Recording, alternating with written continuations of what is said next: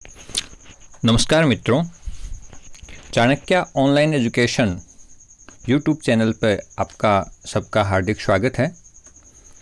रीट परीक्षा 2020 की ये जो श्रृंखला है हमारे चैनल की, ये निरंतर चलेगी।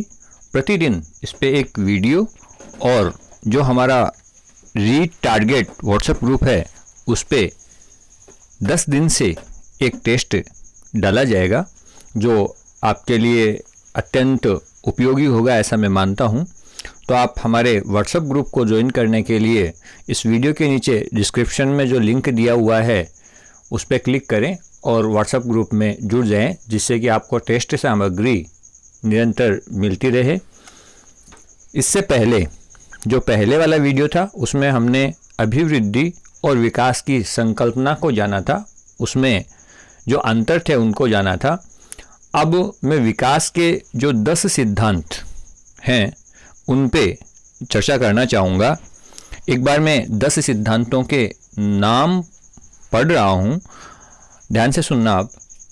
निरंतर विकास का सिद्धांत है, विकास की विभिन्न गति का सिद्धांत, विकास क्रम का सिद्धांत, विकास दिशा का सिद्धांत, एकीकरण का सिद्धांत, परस्पर संबंध का सिद्धांत, वैयक्तिक विभिन्नताओं का सिद्धांत, सम्मान प्रतिमान का सिद्धांत, सामान्य व विशिष्ट प्रतिक्रियाओं का सिद्धांत, वंशानुक्रम व वातावरण की अंतःक्रिया का सिद्धांत।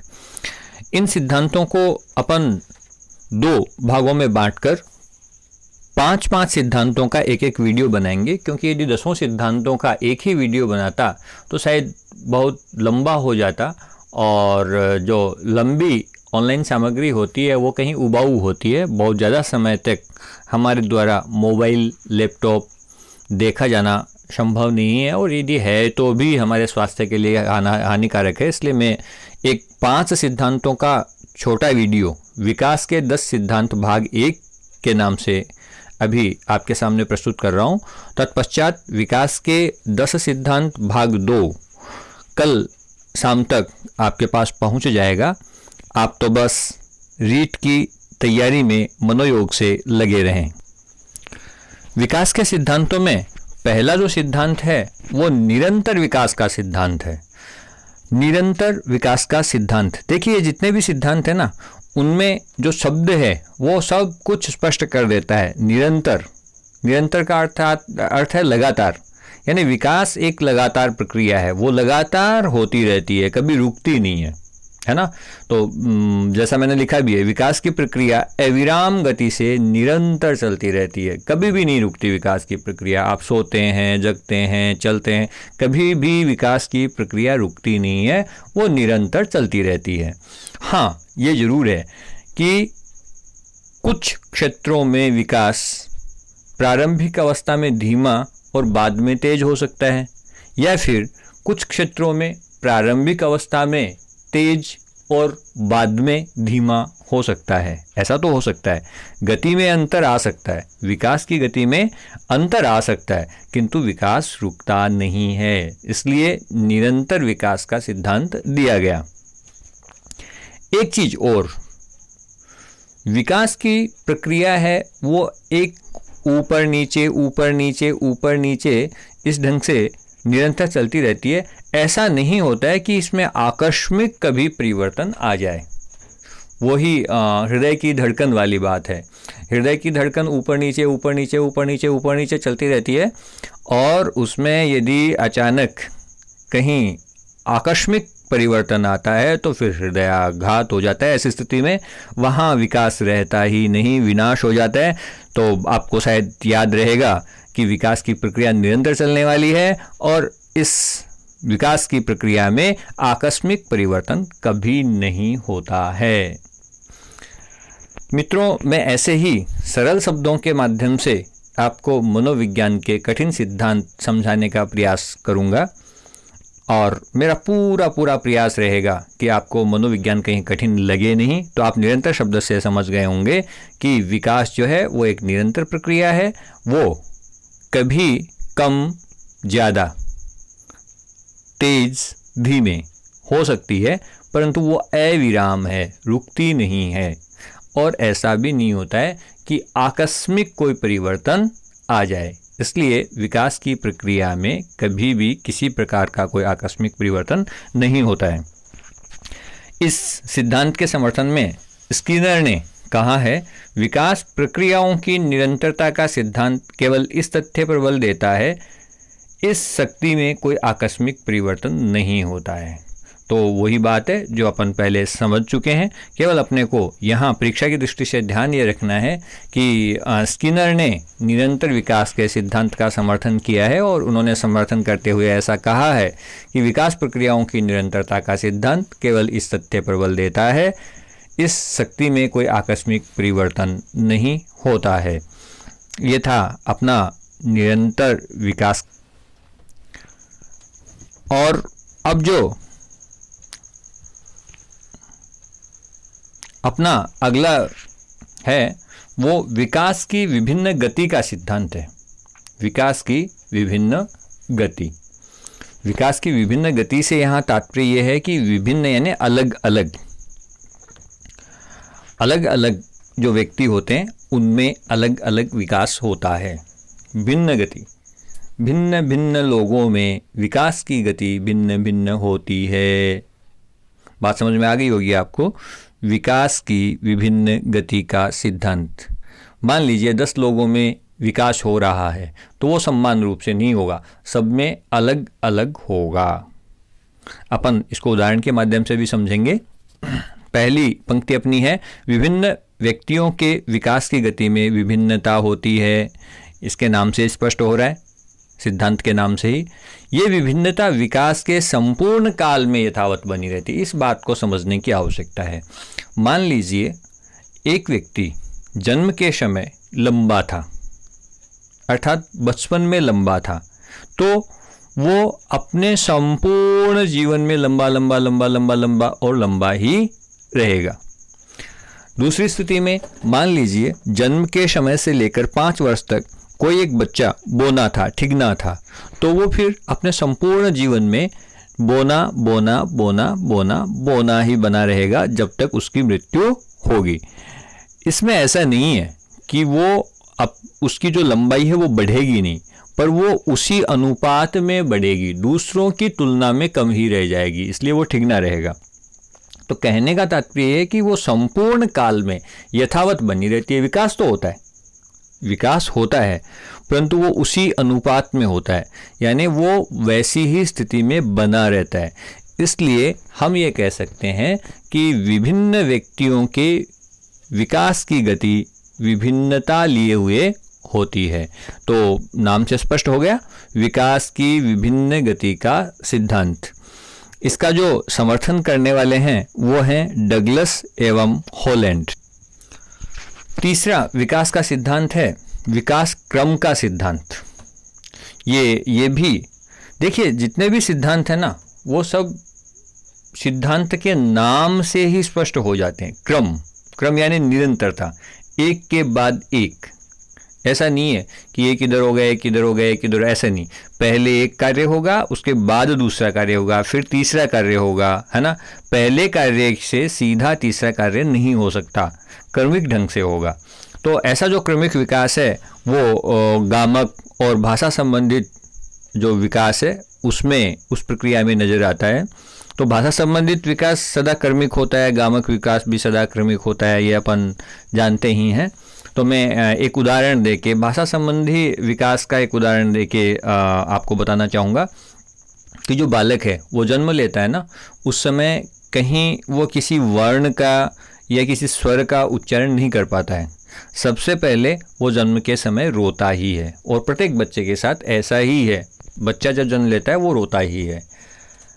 3 महीने में वो अपने गले से एक विशेष प्रकार की आवाज़ निकालता है, सब अंगू अंगू ऐसी वो एक विशेष प्रकार की आवाज़ निकालता है।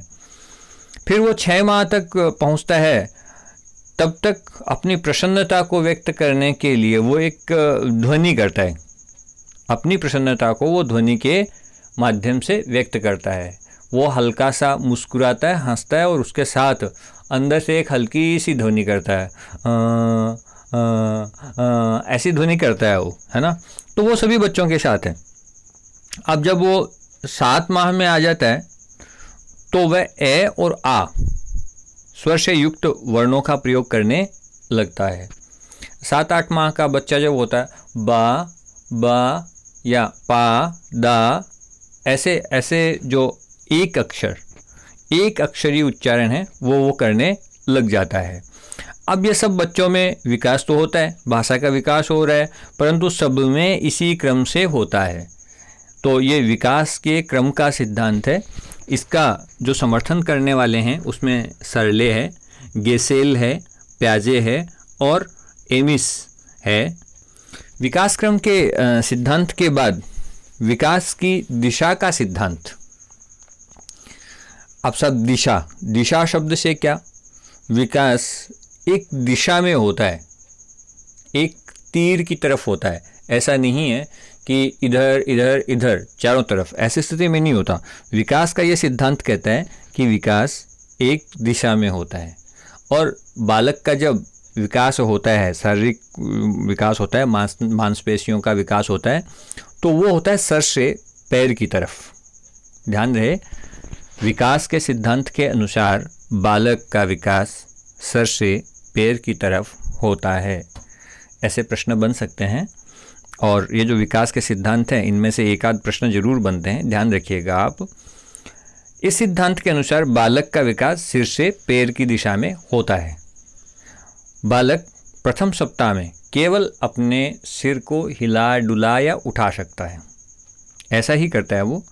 फिर जब वो 3 माह का होता है ना, तो वो अपने नेत्रों की गति पे नियंत्रण करता है।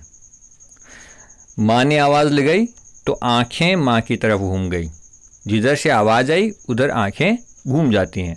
ऐसी स्थिति में वो अपने नेत्रों की गति पे नियंत्रण कर पाता है। फिर 6 माह की अवस्था होती है, तब वो अपने हाथों की जो गतियां हैं उन पे अधिकार कर लेता है।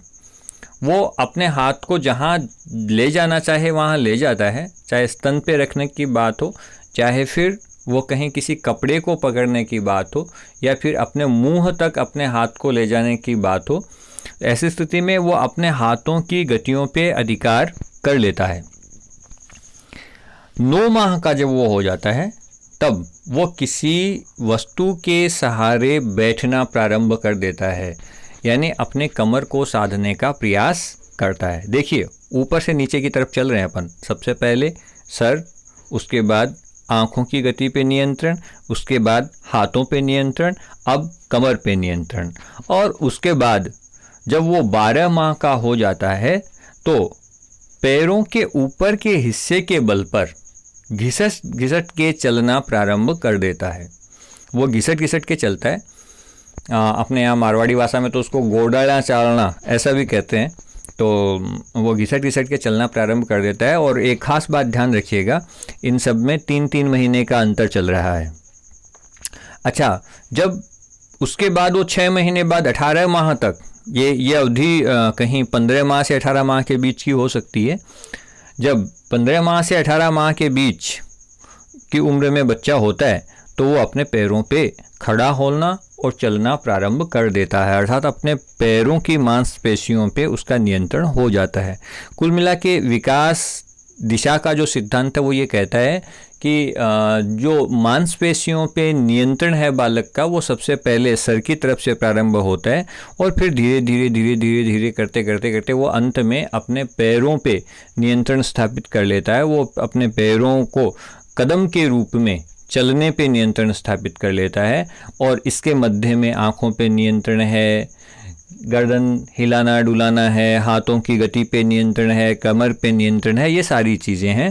पर ये क्रम से सर से पैर की तरफ होती हैं, इसलिए इसको विकास की दिशा का सिद्धांत कहा गया है। 5वां सिद्धांत है अपना एकीकरण का सिद्धांत। इसमें ऐसा है कि बालक सबसे पहले अपने संपूर्ण अंगों का संचालन करता है और अंग के भागों को चलाना सीखता है। हाथों को हिलाना, पैरों को हिलाना, लेटे लेटे वो कई बार कई ढंग से हिलाता है। फिर वो अलग अलग अंगों के संचालन करता है। इसके बाद वो सभी अंगों के संचालन को एक साथ आनुपातिक ढंग से करने का प्रयास करता है। जैसे छोटे बच्चे के द्वारा चलते हुए हाथ को हिलाना और उसका पैर के साथ संयोजन करने का प्रयास करना, ये इसका एक अच्छा उदाहरण है। तो एकीकरण का सिद्धांत है वो यही है कि बालक पहले संपूर्ण अंग फिर अंगों के भागों को चलाना सीखता है। देखिए, दोबारा से मैं एक बार स्पष्ट करना चाहता हूँ कि सबसे पहले वो सभी अंगों को हिलाना डुलाना सीखता है, किंतु वहाँ उसका सामंजस्य नहीं होता। उसके बाद वो अपने अंगों पे, अपने अंगों की मांसपेशियों पे नियंत्रण करते हुए एक एक अंग के संचालन को करता है। और जब उसका अपनी मांसपेशियों पे नियंत्रण हो जाता है, अपने अंगों पे नियंत्रण हो जाता है, तो पुनः उन सभी अंगों के संचालन को वो सामंजस्य से बैठाते हुए उनका एकीकरण करता है। ऐसा बच्चा सीखता है। इसके समर्थन में कुप्पुस्वामी ने कहा है कि विकास में पूर्ण से अंगों की ओर एवं अंगों से पूर्ण की ओर गति निहित रहती है। ध्यान रखिएगा, सबसे पहले पूर्ण से अंगों की ओर, अर्थात छोटा बच्चा होता है ना, उसको लेटे हुए आप देखो, वो गर्दन हिलाता है, हाथों को जोर जोर से हिलाता है, पैरों को हिलाता है, पैर ऊपर करता है, ऐसा करता है, पर उनमें कहीं सामंजस्य नहीं होता। वो सारे अंगों को चाहे जैसे ही हिलाता है वो। उसके बाद जब बच्चा थोड़ा सा बड़ा होता है तो वो ऐसा नहीं करता है ना। उससे एक आप जब कहते हैं या वो सीख लेता है तब एक हाथ हिलाता है, दोनों हाथ हिलाता है, या फिर एक पैर से कोई क्रिया करता है या दोनों पैरों से क्रिया करता है, अलग अलग वो ऐसा करता है। उसको नमस्ते करने के लिए कहा जाता है तो वो एक मुद्रा बनाता है। उसको टाटा बाय बाय करने के लिए कहा जाता है तो वो एक हाथ हिलाता है। तो ये सारी चीज़ें वो एक एक अंग का संचालन सीख लेता है और उसके बाद सभी सीखे हुए संचालनों का एकीकरण करते हुए वो उनका सामंजस्य बैठाते हुए सभी अंगों को एक साथ समान गति में काम में लेने में सक्षम हो जाता है। और इससे सरल शब्दों में शायद मैं आपको एकीकरण का सिद्धांत नहीं समझा पाऊंगा। मैंने बड़े सरल शब्दों में आपको ये पांचों सिद्धांत बताए हैं। तो इसमें देख लीजिए, आगे इस कुप्पुस्वामी की अपन पूरी परिभाषा पहले पढ़ लेते हैं।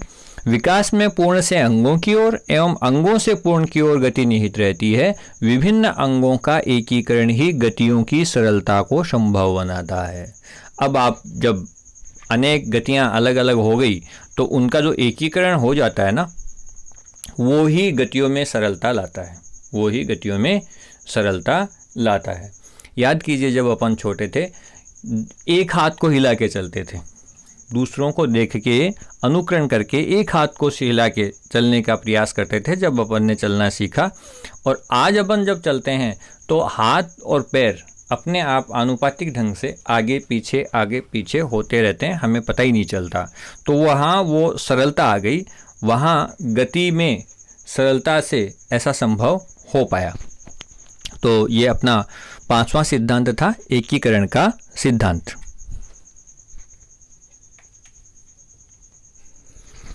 तो मित्रों, इस वीडियो के माध्यम से आज अपन ने विकास के जो 10 प्रमुख सिद्धांत थे उनमें से 5 सिद्धांतों पे बातचीत की। मैं आपसे पुनः निवेदन करना चाहूँगा कि ये जो 5 सिद्धांत हैं उनके जो समर्थक हैं वो आपको ध्यान रहने चाहिए, उनके द्वारा कही हुई बात अपने को ध्यान में रहनी चाहिए, और इन 5 सिद्धांतों की समझ हमारे मन मस्तिष्क में होनी चाहिए, सहजता के साथ होनी चाहिए कि जब भी उस सिद्धांत का नाम आए तो हमें समझ में आ जाए कि इस सिद्धांत में है क्या। तो मैं इन 5 सिद्धांतों का एक बार नाम दोबारा दोहरा देना चाहूँगा। पहला सिद्धांत है निरंतर विकास का सिद्धांत, इसका समर्थन स्किनर ने किया है। दूसरा सिद्धांत है विकास की विभिन्न गति का सिद्धांत, इसका समर्थन डगलस एवं हॉलैंड ने किया है। तीसरा है विकास क्रम का सिद्धांत, इसका समर्थन सर्ले, गेसेल, पियाजे और एमिस ने किया है। चौथा है विकास दिशा का सिद्धांत, इसका समर्थन कुप्पुस्वामी ने किया है। और पांचवा है अपना एकीकरण का सिद्धांत, जिसका समर्थन भी कुप्पुस्वामी ने अपने शब्दों में किया है। और ये जो पांचों सिद्धांत हैं वो मैंने आपको बड़े ही सरल शब्दों में बताए हैं। और अगले जो 6 से 10 तक अर्थात बाकी बचे हुए 5 सिद्धांत हैं उनमें अपन अगले वीडियो में बात करेंगे। मेरा आपसे विनम्र आग्रह है कि आप मेरे चैनल को सब्सक्राइब करें, लाइक करें और रीट के अन्य जो संभागी हैं उनके साथ शेयर करें, जिससे कि वो भी एक उचित सामग्री का लाभ ले पाएँ। मेरा तो एक व्यक्तिगत ऐसा सिद्धांत है कि जिसको आवश्यकता है उसको सामग्री मिल पाए और जो सामग्री है उसको उपयोगिता मिल पाए। तो ऐसी स्थिति में आप भी कहीं मेरे सिद्धांत